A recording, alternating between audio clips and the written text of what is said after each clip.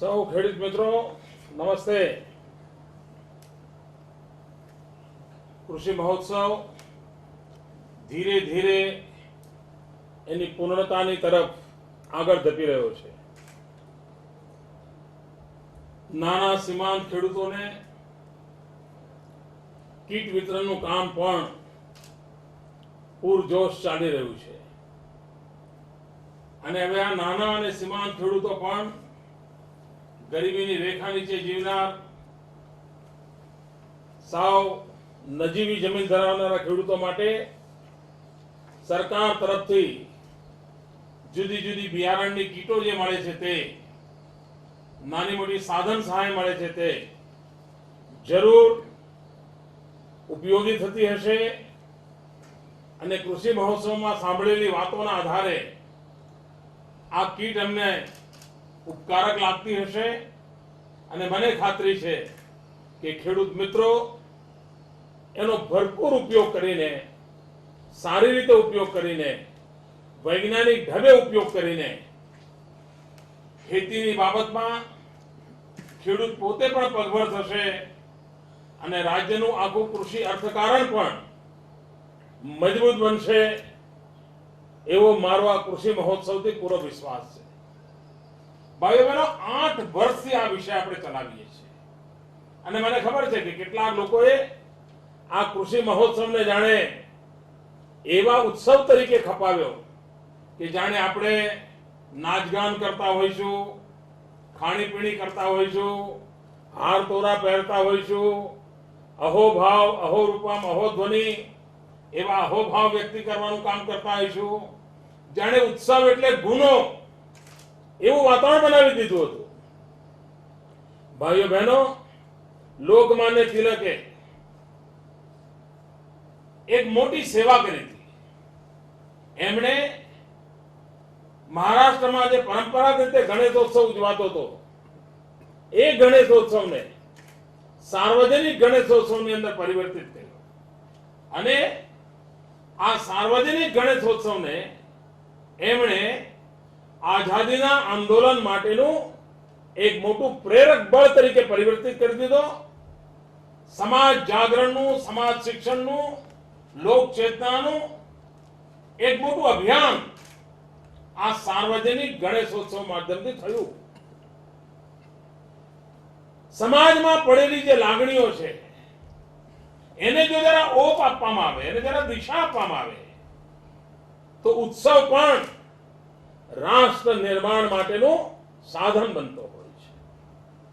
ઉત્સવ શબ્દ કહેતાની સાથે જ કોઈ મેળા મેળાવડા, રંગ રાગ, સ્વાગત સન્માન આવું નથી હોતું। આપણે કૃષિ મહોત્સવ દ્વારા પુરવાર કરી દીધું કે ગુજરાત સરકારનો જે ઉત્સવનો અભિગમ છે એ કઠોર પરિશ્રમનો અભિગમ છે। જનતા જનાર્દન પાસે સામે ચાલીને પહોંચવાનો અભિગમ છે અને એના દ્વારા સામાન્ય માનવીના જીવનને સુખ કેવી રીતે મળે। આપણે ગરીબ કલ્યાણ મેળા કર્યા। હવે મેળો શબ્દ તમે સાંભળો કે વાંચો એટલે લોકોને એમ લાગે કે જાણે મેળો થયો હશે, બધી દુકાનો લાગી હશે, ચગદોળ ફરતા હશે, લોકો જુદી જુદીની મોજ મજા કરતા હશે, આવો અર્થ કરવા માંડ્યા। જૂઠાણા ફેલાવનારાઓની તો કોઈ હદ જ નથી। ઉત્સવ એટલે જાણે મોજ મસ્તી। આપણે આ બધા શબ્દોના અર્થ બદલી નાખ્યા। લોક કલ્યાણ મેળો કરીને, ગરીબ કલ્યાણ મેળો કરીને ગરીબોના કલ્યાણને એક ઉત્સવનું રૂપ આપી દીધું। ઉમંગ અને ઉત્સાહ તેને ભરી દીધા। એ જ રીતે કૃષિ મહોત્સવ દ્વારા પણ શબ્દ ઉત્સવ છે, મહોત્સવ છે, પણ એના દ્વારા પણ કર્યું શું? આખી સરકારને ગામડે રવાના કરી છે।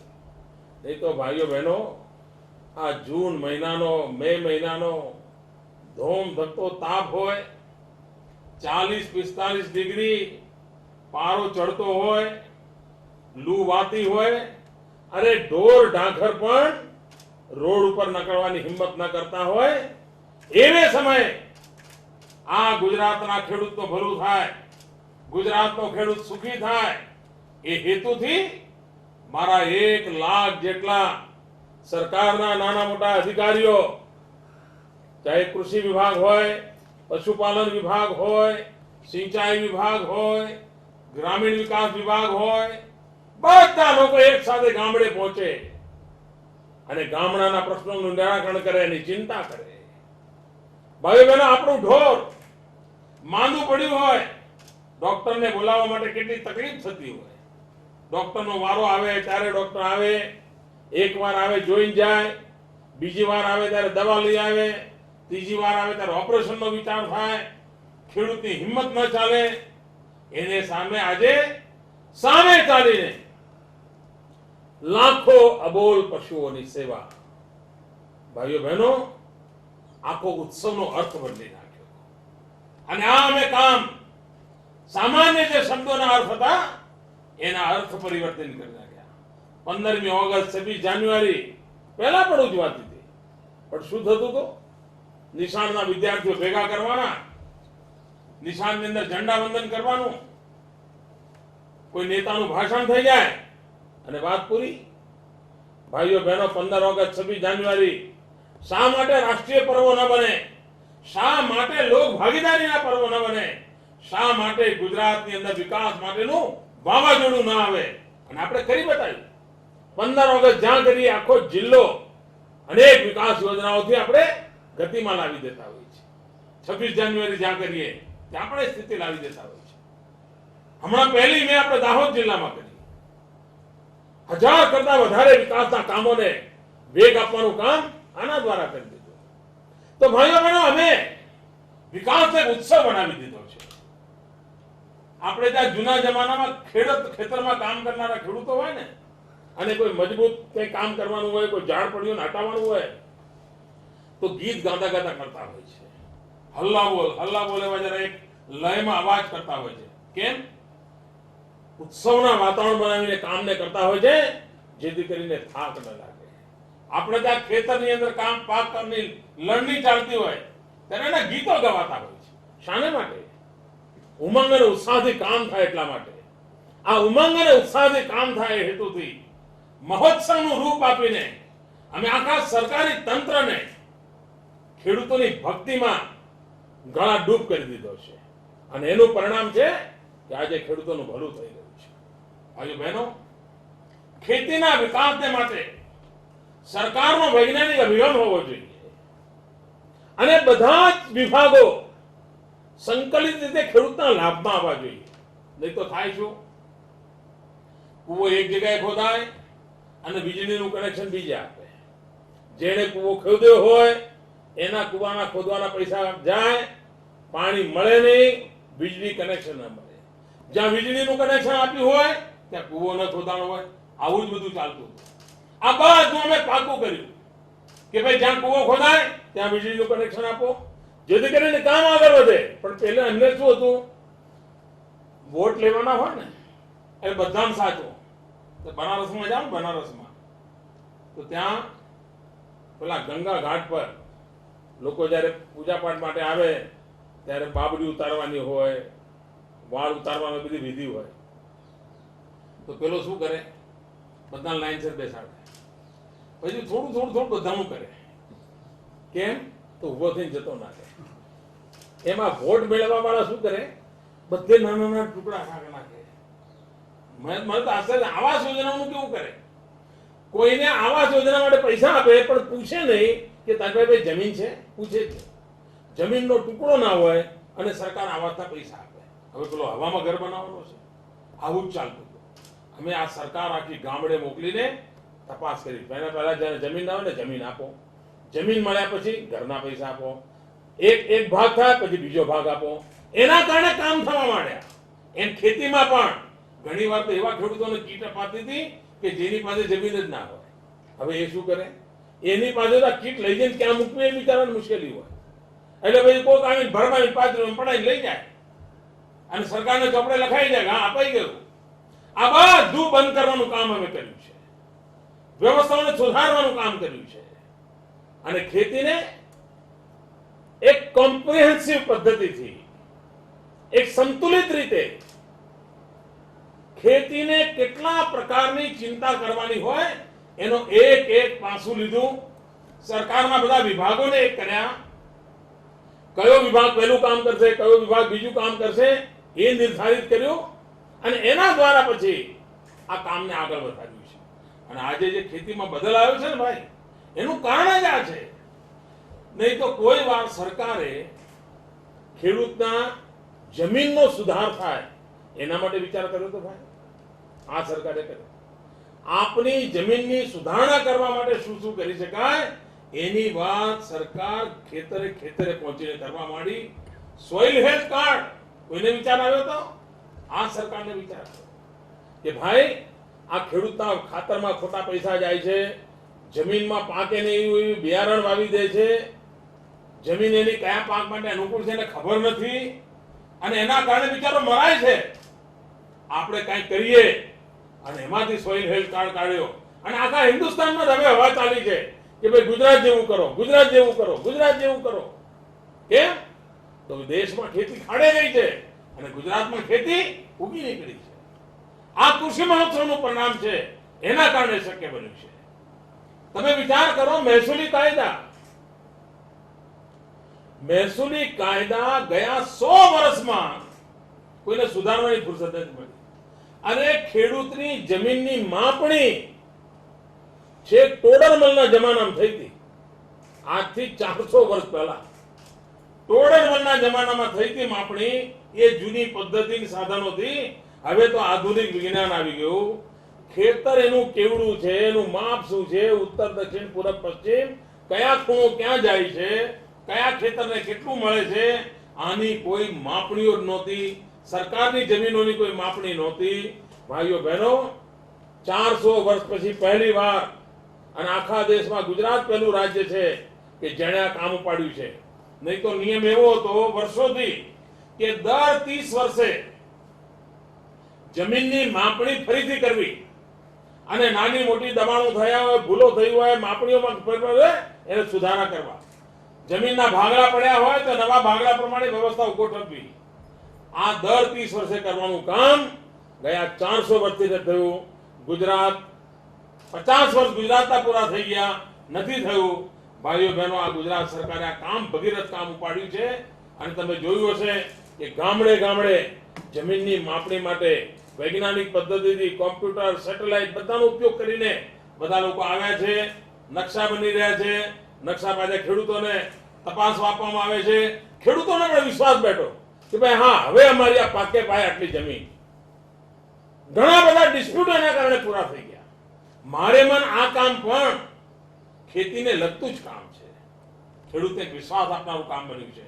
અને આ પ્રકારે જમીનની માપણી અને બધી પદ્ધતિ થશે ને, તમે જોજો ગુજરાતનો ખેડૂત ધીરે ધીરે આ ઢાળિયામાં જમીન બગાડે છે, મોટી મોટી થોરની વાડો કરે, મોટી મોટી એમાં જમીન આપણી જાય છે. ધીરે ધીરે આ બધાની કોઈ જરૂર નહીં પડે, કારણ કે બધાનું વૈજ્ઞાનિક રીતે માપ હશે. ખાલી 4 જગ્યાએ 4 ઝંડીઓ ભરાઈ દીધી ને તો પણ ખબર પડી કે આ ખેતર મોહનભાઈનું, આ ખેતર મગનભાઈનું. એના કારણે જે હજારો હેક્ટર જમીન વાડમાં અને આ પ્રકારના ટેકરા કરીને જે બગાડી હોય છે એ પણ બચી જશે. સરકાર સુધારો કરે છે, પણ આ સુધારાનો લાભ સામાન્ય ખેડૂતને કેવી રીતે મળે એની ચિંતા આ સરકાર કરતી હોય છે. અને એના કારણે કેટલા બધા કાયદા આપણે 7/12 નો ઉતારો. કોઈ પણ માણસ 7/12 જ બોલે. પહેલી વાર આ સરકારે નિર્ણય કર્યો ઉતારો 7 જુદો અને ઉતારો 12 જુદો, જેથી કરીને એને એક એશ્યોરન્સ મળે, એને ગેરંટી મળે. એનું કામ આપણે કર્યું. ભાઈઓ બહેનો, પાણી, જમીન સરસ હોય, જમીનની માપણી સરસ હોય, હક દાવા બરાબર હોય, પછી ખેતી કરવા માટે ને માપણી પાણી જોઈએ. સરકારે પાણીનું અભિયાન ઉપાડ્યું અને પાણીના અભિયાન દ્વારા ખેતીને વધારે મદદરૂપ કેવી રીતે થાય એની ચિંતા કરી. વીજળી, ભાઈઓ બહેનો, વીજળીના કેટલા ફાંફા પડતા હતા આપણને ખબર છે. રોજ વીજળી સરકારના ઇલેક્ટ્રિસિટી કંપની પર ઘેરાવ ગાળવામાં આવતા હતા. કેટલી મુસીબતો હતી. અને ગામડામાં તો ઘેર વાળું કરવું હોય તો સાંજે વીજળી નહોતી આવતી. 2001માં પહેલી વાર જ્યારે તમે મને મુખ્યમંત્રી તરીકેનું કામ સોંપ્યું ત્યારે ગામડાના લોકો મને મળવા આવતા હતા. શું કહેતા હતા? એક જ વાત કહેતા હતા કે નરેન્દ્રભાઈ, તમે તો શહેરના રહેવાવાળા નથી, નાના ગામમાંથી આવ્યા છો, તમને ખબર છે કે વીજળી ના હોય તો કેટલી તકલીફ પડે છે, તો તમે તો કમસે કમ આવ્યા છો તો સાંજે વાળું કરતી વખતે વીજળી મળે એટલું તો કરો. આવું મને કહેતા હતા. પત્રકાર મિત્રો મળે તો એ મને કે સાહેબ સાંજે વાળું કરતી વખતે વીજળી મળે તો એટલું કરો. ગુજરાતના ગામડાના ઉદાર નાગરિકોએ મારી પાસે માત્ર સાંજે વાળું કરતી વખતે વીજળી મળે એની માંગણી કરી હતી. પણ ભાઈઓ બહેનો, આ સરકારે 2000 મેગાવોટ વીજળીની ઘટ હોવા છતાંય વૈજ્ઞાનિક રીતે રસ્તો કાઢ્યો, ટેકનિકલ રીતે રસ્તો કાઢ્યો અને ગુજરાતના બધા જ ગામોને 24 કલાક 3 ફેઝ અનઇન્ટરપ્ટેડ પાવર 24 કલાક વીજળી આપવાનું કામ કર્યું. પહેલા લંગડી વીજળી આવતી હતી, મોટરો બળી જાય, ટ્રાન્સફોર્મર બળી જાય, વીજળી લંગડી ના આવે એની વ્યવસ્થા કરી. ખેડૂતને ખબર છે કે હવે આટલા કલાક વીજળી મળવાની છે અને એના ખેતરમાં જેટલું પાણી જોઈએ એટલું પાણી એના કૂવામાંથી નીકળી આવે એના માટેનો પ્રબંધ કર્યો. વૈજ્ઞાનિક પદ્ધતિથી કામને ચલાવીએ તો કેટલો બધો ફેર પડે છે એ આપણે જોઈએ છે. અને ભાઈઓ બહેનો, 24 કલાક ગામડામાં વીજળી આવવાના કારણે ખેતીના અર્થકારણ પર પણ મોટો અસર થઈ છે. આજે ગામડામાં દૂધ, નાના દૂધને ઠંડુ કરવાના સાધનો ઉપલબ્ધ થઈ ગયા. ગામડાની અંદર ડેરીમાં એક નાનું સાધન વસાવી લીધું હોય, એ ગામનું દૂધ બગડે નહીં, આવી જાય. નહીં તો પહેલા 15 થી 20% દૂધ ડેરીએ પહોંચતા પહેલા જ બગડી જતું હતું. 15 થી 20% દૂધ. આપણે ત્યાં વીજળી પહોંચવાના કારણે, દૂધ ઠંડુ કરવાની વ્યવસ્થા ઊભી થવાને કારણે આ જે બગાડ બચી ગયો એનો અર્થ એ થયો કે ખેડૂતને લાભ થયો. 24 કલાક વીજળી આવવાના કારણે મને યાદ છે, અમારે અહીંયા ગાંધીનગર જિલ્લાનું એક ગામ, એ લોકો મરચાની ખેતી કરે. મરચાની ખેતી કરીને ખેડૂતને એક મુશ્કેલી પડે કે પાક વધારે થાય તો ભાવ તૂટી જાય અને પાક ઓછો થાય તો ખેડૂત તૂટી જાય. આવી દશા. એટલે મરચાની ખેતી કરે. એ વખતે મરચા એટલા બધા પાક્યા, 5-6 વર્ષ પહેલાની વાત છે. મરચા એટલા બધા પાકે ભાવ જ તૂટી ગયો. આખા ગામના બધા મરચા વેચી મારે તો બધા ગામને કુલ 3 લાખ રૂપિયા આવે એવું હતું. આપ વિચાર કરો, ગામ આખામાં ખેતીના મરચાના 3 લાખ રૂપિયા આવે તો 12 મહિના એ ખેડૂતોના જાય કેવી રીતે? પણ ગામમાં એક સમજદાર ભાઈ હતા, એમણે કહ્યું કામ કરીએ આપણે, હવે વીજળી આવી ગઈ છે તો આપણે લીલા મરચાની ચિંતા છોડી દે, લાલ મરચું કરીએ અને ઘંટી લાવીએ. લાલ મરચાને દળીને એનો પાવડર બનાવીએ, પાવડર બનાવીને થેલીમાં ભરીએ અને વેચીએ. ભાઈઓ બહેનો, 2 જ મહિનાની અંદર બધું થઈ ગયું. વીજળીના કારણે લીલું મરચું એમનું 3 લાખમાં જતું હતું, લાલ મરચું પાવડર કરીને વેચ્યું 18 લાખ રૂપિયા. એ ગામને 18 લાખ રૂપિયા.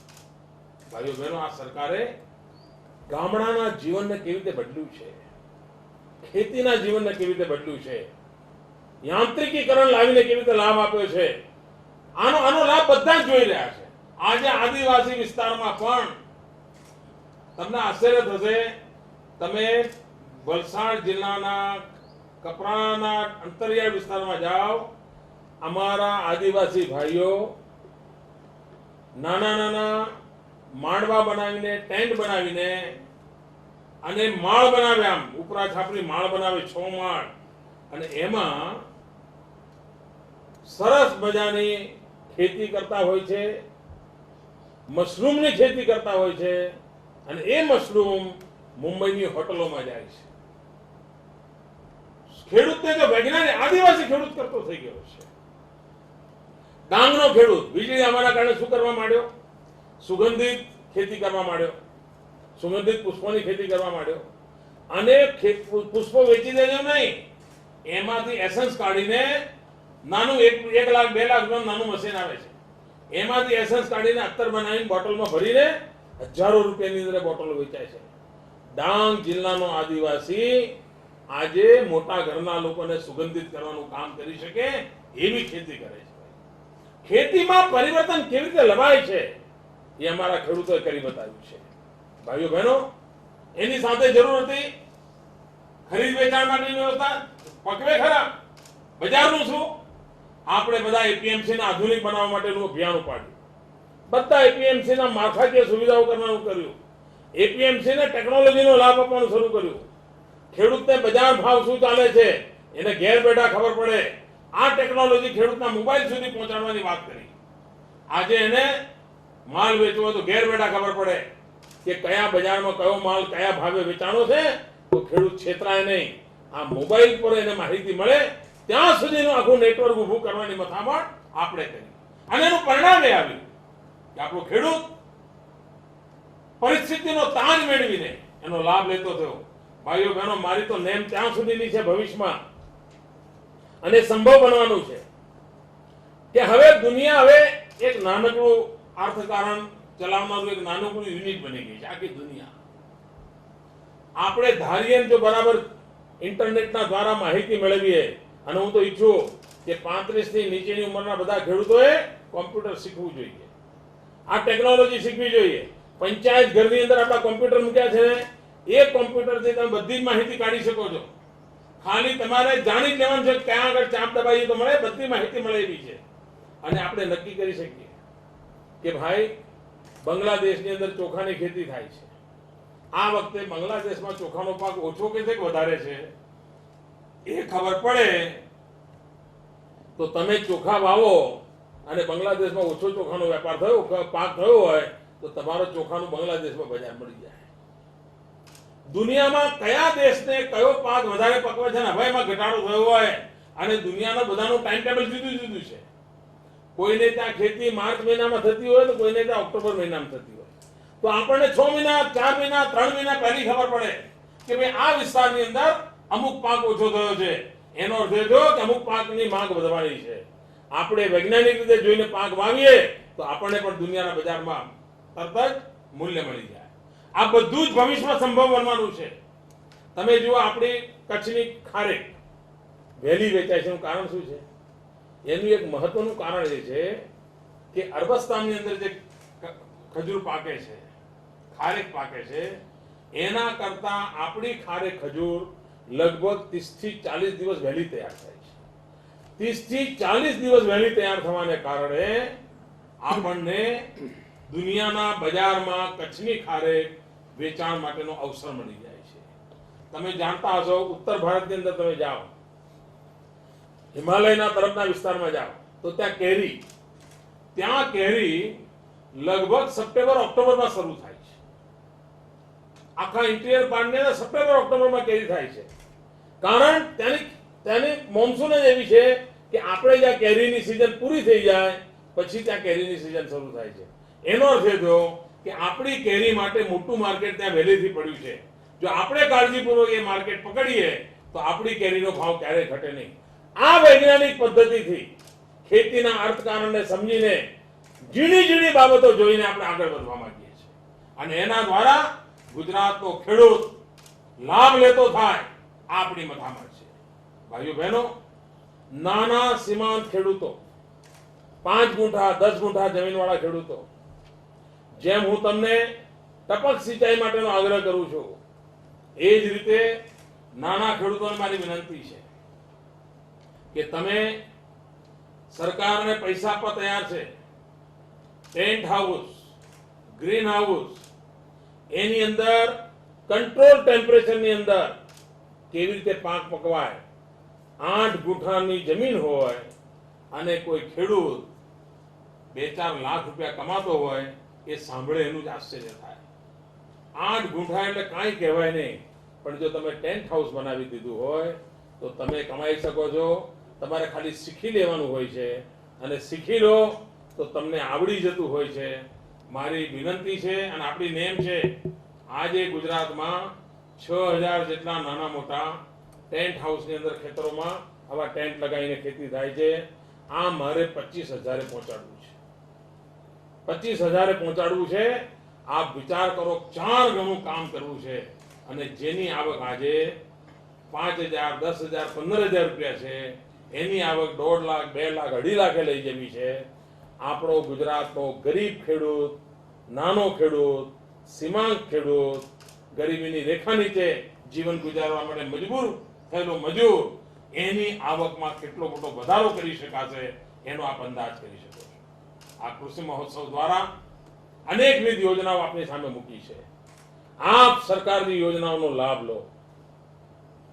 આપ હવે ચૂકતા નહીં. અને હવે તો 8 વર્ષે અનુભવ થઈ ગયો છે અને આખા હિન્દુસ્તાને સ્વીકાર્યું છે કે ગુજરાતે સાચો રસ્તો પકડ્યો છે. ખેડૂતે સ્વીકાર્યું છે કે આ રસ્તો લાભ કરતા છે. આ સરકાર આપણે ઘર આંગણે આવી હોય, ગંગા ઘર આંગણેથી જતી હોય અને આપણે જો આચમન ન લઈએ તો પછી ઈશ્વર પણ આપણી મદદ ન કરે. તેથી ભાઈઓ બહેનો, આ એક ઉત્તમ પ્રયાસ છે. આ ઉત્તમ પ્રયાસનો સૌએ લાભ લીધો છે. વધુ ને વધુ લાભ લઈએ અને આ દરેક ચીજનો ફાયદો ઉઠાવતા જઈએ. એ જ અપેક્ષા સાથે આપણે આ કૃષિ મહોત્સવને વધુ શક્તિશાળી બનાવીએ, વધુ ઉપયોગી બનાવીએ. આ મોટા મોટા વૈજ્ઞાનિકો તમારા ગામમાં છે, તમને મૂંઝવતા પ્રશ્નો મોકલા, મને એમને પૂછો. મારા સરકારના અધિકારીઓ રાત દિવસ જહેમત કરી રહ્યા છે. આ મહેનત નામથી નથી ભાઈ બહેનો. નહીં તો ઉનાળાના દિવસમાં દરેકને એમ થાય કે ચલો બપોરે થોડા લાંબા થઈ ગયા. દરેકને એમ થાય કે હવે 5-6 વાગે ઓફિસ બંધ થાય તો સારું. એના બદલે 7, 7:30, 8 વાગ્યા સુધી, રાત્રે 9 વાગ્યા સુધી આપના ગામમાં સરકારના અધિકારીઓ બેસીને તમારા સુખ દુઃખની ચિંતા કરવા આવ્યા છે. સવારમાં 5:30 વાગ્યાથી પશુઓની ચિંતા કરવાનું કામ ચાલુ થઈ જાય છે. ભાઈઓ બહેનો, કોઈ કલ્પના ન કરી શકે કે સરકાર આટલું બધું કામ કરે. અને આ કામ અમે કરી બતાવ્યું છે. અને આ કરીએ છીએ અમે ગુજરાતની જનતાને સુખી કરવા માટે, ગુજરાતના ખેડૂતને સુખી કરવા માટે, ગુજરાતના ગામડાને સુખી કરવા માટે. આપનું જીવન બદલાય, આપની જિંદગી ઓશિયાળી ન રહે, કુદરતના ભરોસે જીવવું ન પડે, પોતાના મહેનતનું પરિણામ આપના હાથમાં રેખાઓ લખાયેલું હોય એવું અમારે કરવું છે. એના માટેની એક આ સતત મહેનત આદરી છે. એ મહેનતનો આપ લાભ લેશો એવો મને પૂરો વિશ્વાસ છે. કાલે ફરી આપણે મળીશું, ફરી કૃષિ મહોત્સવની વાત કરીશું, ફરી કૃષિના કામને આગળ વધારવાની ચિંતા કરીશું અને આપણે બધા સાથે મળીને પ્રગતિશીલ ખેડૂતોને સાથે રાખીને નીત નવા પ્રયોગો કરતા રહીશું. એ જ અપેક્ષા સાથે આપ સૌને જય જય ગરવી ગુજરાત. ખૂબ ખૂબ શુભકામના.